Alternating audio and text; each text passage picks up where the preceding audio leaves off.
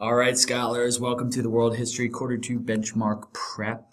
This is where greatness begins.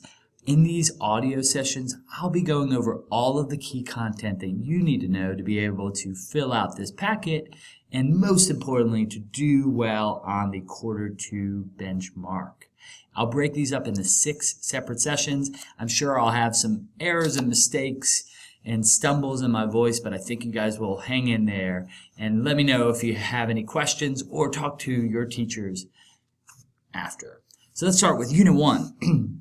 Here we're talking about the Paleolithic, which means old Paleolithic era, versus the Neolithic era, the new era that occurred. And this is really the prehistory versus the beginning of history. And when we talk about the Paleolithic or the Old Era, we're talking about a group of people who are hunter-gatherers, who traveled around and chased after animals, who were nomadic. That's what we talk about when we talk about nomadic, is being traveling around from place to place. And they did have stone tools. They did have abilities to be able to kill animals with spears and basic hammers. And they had the ability to be able to control fire and cook their food and eat those things. But they had not yet gotten to the point where they had iron tools or copper tools or these new eras that come as part of the Neolithic era. And they did not plant things either in one place and stay. They tended to gather things that they could find and travel from place to place, so they didn't settle down in one place like the Neolithic era and the farmers did. Now, in terms of art and drawings, yes, we find cave drawings in caves in Eastern Africa, where we also found some of the earliest fossils. So they were able to communicate and draw things, but they weren't writing things. We don't have a written language yet. And so this is why we call it the prehistoric era, because we don't have a written history. We know some things from them, from fossils and artifacts, but we don't know everything. So what happened? What caused the Neolithic Revolution? There's really 3 things. The first was that climate change occurred. With the end of the Ice Age, and really with the Ice Age, you started to see people moving and shifting in certain places and having to adapt to their environment. And they started to gather together into communities, in larger communities, versus being in small separate tribes and places. So you see people moving kind of towards the equator into the middle of the earth. So climate change and the end of the Ice Age is going to bring on this movement of people over thousands of years that helps lead to the Neolithic era. Additionally, it was really difficult to do hunting and gathering, and so changes were made. People decided to, over time, do things differently. And one of the things that they started to do differently to be able to get more food easier was to modify their environment, or domesticate, which means to control animals and plants. And so we started to see the domestication of animals. That means having cattle or cows or chickens that you would kill and eat, but that would be in a pen or would be controlled. And the domestication of plants, which is really just farming.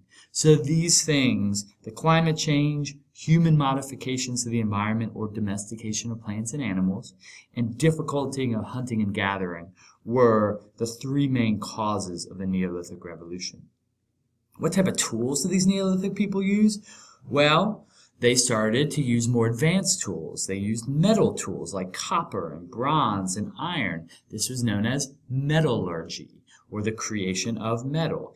And this allowed them to be able to build things easier, like homes or fences. It helped them to be able to dig into the ground easier and farm, and therefore grow larger amounts of crops and grow a lot more food. And it allowed them to be able to create a lot more new materials that they could buy and sell and use. So it's going to be this change or shift into these types of tools that has a huge impact on the ability to be able to create civilizations. And these people began to, at this time, obtain their food, as we just described, through farming. This is the agricultural revolution. And you may remember to the article we read at the beginning of the year, was the agricultural revolution or the Neolithic revolution a good or a bad thing? And you can make arguments either way, but the settling down and the growing of crops and farming had a huge impact on this world. Some would say it was one of the most important revolutions or time periods in our history. So what are the three main effects of this Neolithic or agricultural revolution? Well, number one, a surplus of foods. So rather than just creating enough food for you to eat, they were creating enough food to be able to feed a lot of people or to be able to make enough for their family and then sell off the rest to buy other things. You also saw the creation of civilizations out of this. Because there was a surplus of food, there was an economy. Because there was economy, we needed government to control or organize the people. Because we had government, we started to see the rise of things like art, architecture. So all of these things kind of come together. And the last piece is the Neolithic Revolution created larger populations. With a surplus of food, you can feed more people. Therefore, populations will grow. People will have more children. And they can feed those children. They're not constantly traveling around with small families. So we see population centers growing. All of these things are going to lead to the rise of civilizations. And next up, and we just started talking about this, is number 6, the 8 characteristics of civilization. At the base, you have to have geography. You have to have a place. You have to have land and water in a civilization, a particular place that was their own. In these places, though, a civilization would build a city. It would have a central place. Yes, there was farming before there were civilizations. Farming in the surplus allowed for the ability of people to gather together and to form these cities. And once you have a city, you're going to have marketplaces, and you're going to have people trading, and therefore you have the rise of an economy. Economy is the ability of people to trade, buy, and sell their goods. And sometimes, in order to do this efficiently and effectively, you need to have organization. And that organization came from government. So the fourth is government, or the rise of government. Within these civilizations as well, you also saw the beginning of people worshiping and creating organized religion. Now, religion might have existed before, but in these civilizations, in these cities that were organized, people had organized religion. And most of the earliest religions, as you know, were polytheistic religions. Out of this, whenever you're creating government and you're creating priests and you have merchants and you have farmers, you're going to have the rise of social classes. And so social classes was the next characteristic of civilization. When you have all these things and you have government and you have religion, people want to remember these things. For business owners, they want to be able to write down their transactions. And so writing came next. And then finally, once you have the basis of all of these things, people began to have more free time since they're not spending their whole life just chasing after food like in the Paleolithic era. And so we see the rise of art. You have in these cities really unique architecture.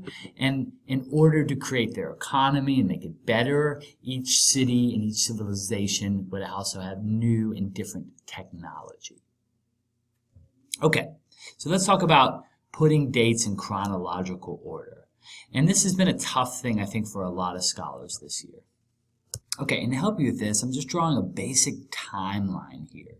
So if 0 is the birth of Christ or the beginning of the Common Era, CE, then anything that goes this way, if I were to add anything to this side, it's going to be either CE, which is the beginning of the Common Era, or AD, which is Anno Dominio, which just means in the year of our Lord, or the birth of Christ.